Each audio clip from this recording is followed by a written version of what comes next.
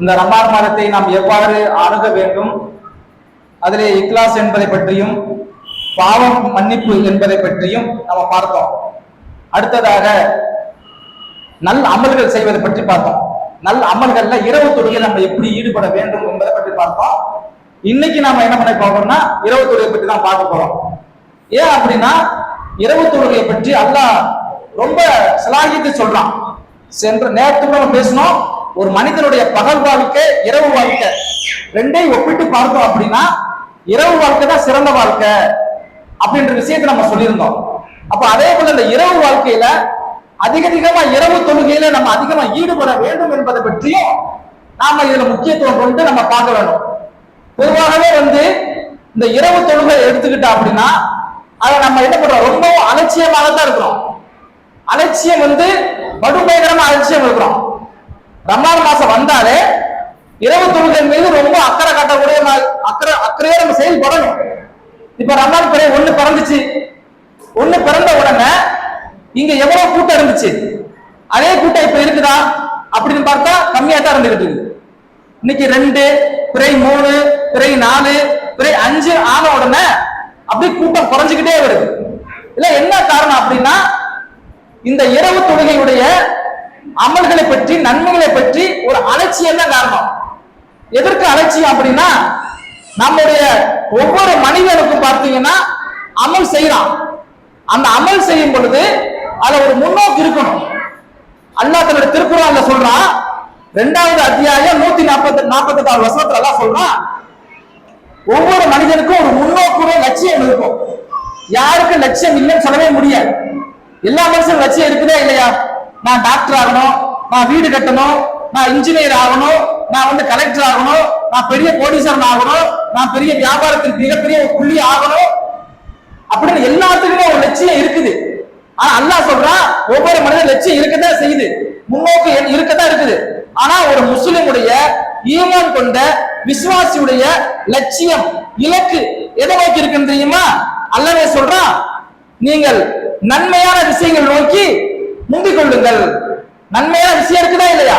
நல் அமல்கள், அதுல உங்களோட லட்சியத்தை நீங்க செலுத்தணும். அதுல செலுத்தினா தான் நீங்க வெற்றி அடைவீர்கள். அல்லாஹ் உங்களை கண்டிப்பாக ஒன்று சேர்ப்பான் அப்படின்ற விஷயத்தை அல்லாஹ் சொல்றான். சரி, இந்த அலட்சியம் இந்த லட்சியம் இருக்குல்ல, முன்னோடைய லட்சியம், இந்த லட்சியம் எல்லா அமல்கள் இருக்குதா அப்படிலாம் கிடையாது. உலக விஷயத்துலதான் நம்ம என்ன பண்றோம், நம்ம லட்சியத்தை இலக்கையும் காட்டுறோமே தவிர மறுமைக்கான ஒரு இலக்கு நன்மையை சம்பாதிக்கிற விஷயத்துல ரொம்ப ரொம்ப கம்மி. அதிலும் குறிப்பா இந்த ரமலான் மாசத்துல நம்ம ரொம்ப ரொம்ப என்ன பண்றோம், அலட்சியமா தான் இருக்கிறோம். இரவு தொழுகை ரொம்ப அலட்சியமா இருக்கிறோம். இரவு தொழுகை அலட்சியமா இருக்கோம்னா இந்த இரவு தொழுகையுடைய சிறப்புகளை பற்றியும் இந்த இரவு தொழுகை கிடைக்கக்கூடிய நற்கூலிகளை பற்றியும் நாம உணராதவர்களாக சிந்திக்காதவர்களாக இருப்பதன் காரணமாகத்தான் அந்த தொழுகையின் மேல அலட்சியமா இருக்கிறோம், அந்த நன்மை மேல அலட்சியமா இருக்கிறோம். ஒருத்தன் பாவம் செய்யறோம் அப்படின்னா பாவம் செய்தால் என்னென்ன நன்மை கிடைக்கும், என்னென்ன தீமை கிடைக்கும், அல்லாஹ் எவ்வளவு நம்மளை வேதனைப்படுத்துவான் என்கின்ற ஒரு புரிதல் அவனுக்கு இருந்துச்சுன்னு வச்சுக்கோங்களேன். ஒரு சிந்தித்து உணர்ந்தான் அப்படின்னா அந்த பாவத்திலிருந்து அவன் பண்ணுவான், விலகுவான். எப்ப அவன் சிந்திக்காம அப்படியே இருக்கிறானோ அவன் அலட்சியமாகவே பாவம் செஞ்சுக்கிட்டே இருப்பான்.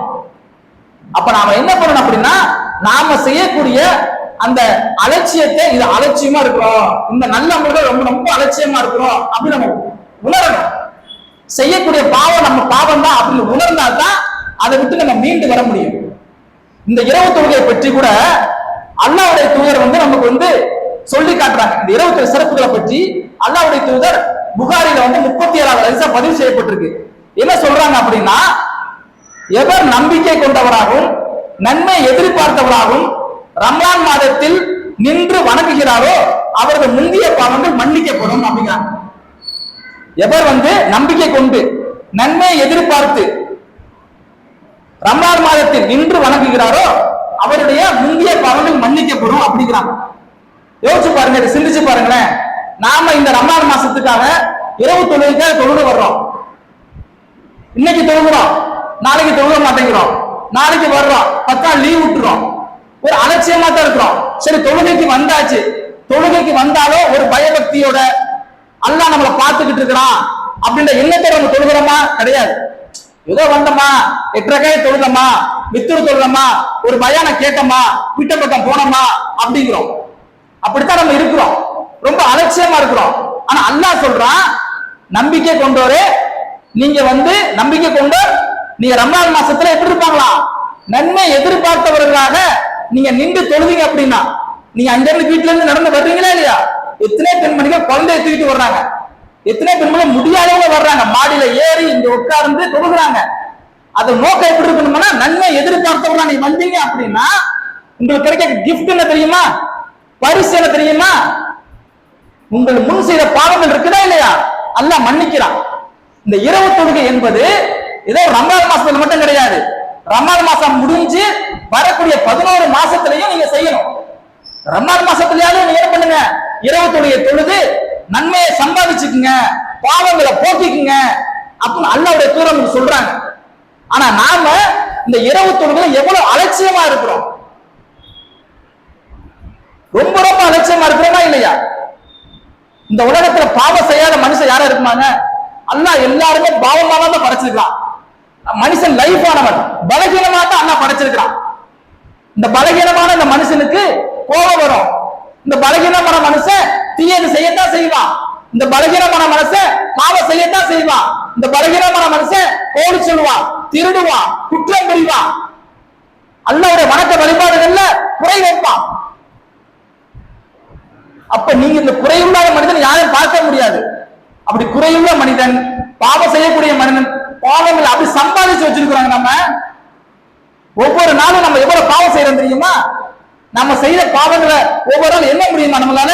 எத்தனை ஆயிரம், எத்தனை லட்சம் தெரிஞ்ச பாவங்கள், தெரியாத பாவங்கள் எவ்வளவு செஞ்சிருப்போம் ஒவ்வொரு நாளுக்கும் சொல்றேன். அப்ப இந்த ஒவ்வொரு நாள் பாவத்தையும் உங்களுக்கு கழியணும் அப்படின்னா, நீங்க இரவு தொழுகையில நீங்க நின்றீங்க அப்படின்னா உங்கள் முன் செய்த பாவங்கள் எல்லாம் மன்னிக்கிறான். இது ஏதோ ரமலானுக்கு மட்டும் கிடையாது. ரமலான் முடிஞ்சு வரக்கூடிய 11 மாசமும் நீங்க இரவு தொழுகையில நீங்க கடைபிடிச்சு வந்தீங்க அப்படின்னா நீங்க செஞ்ச அனைத்து பாவமும் மன்னிக்கப்படுகின்றன.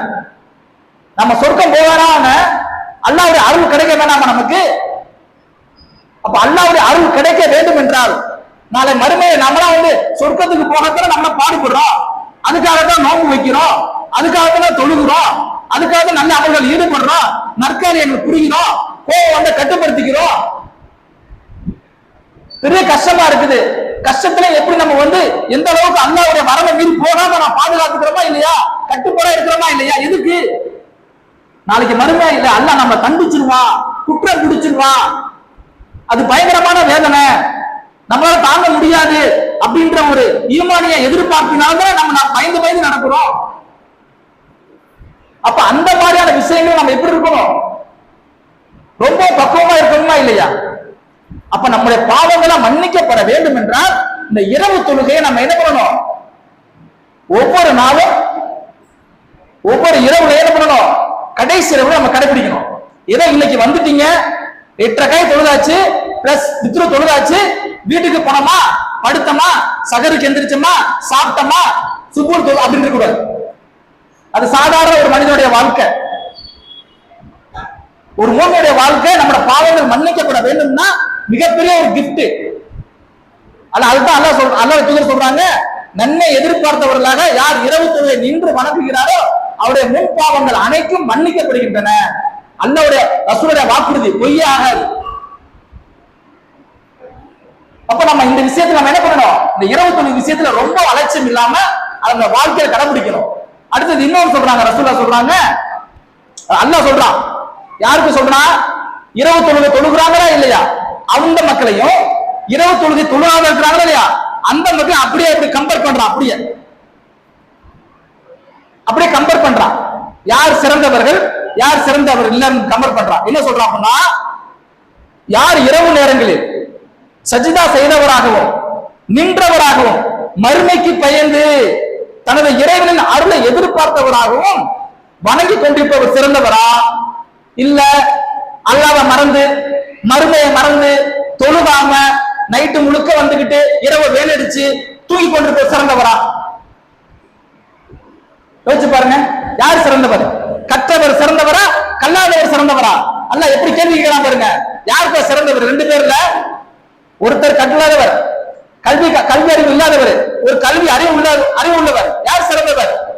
கல்வி அறிவு உள்ளவர் சிறந்தவர்.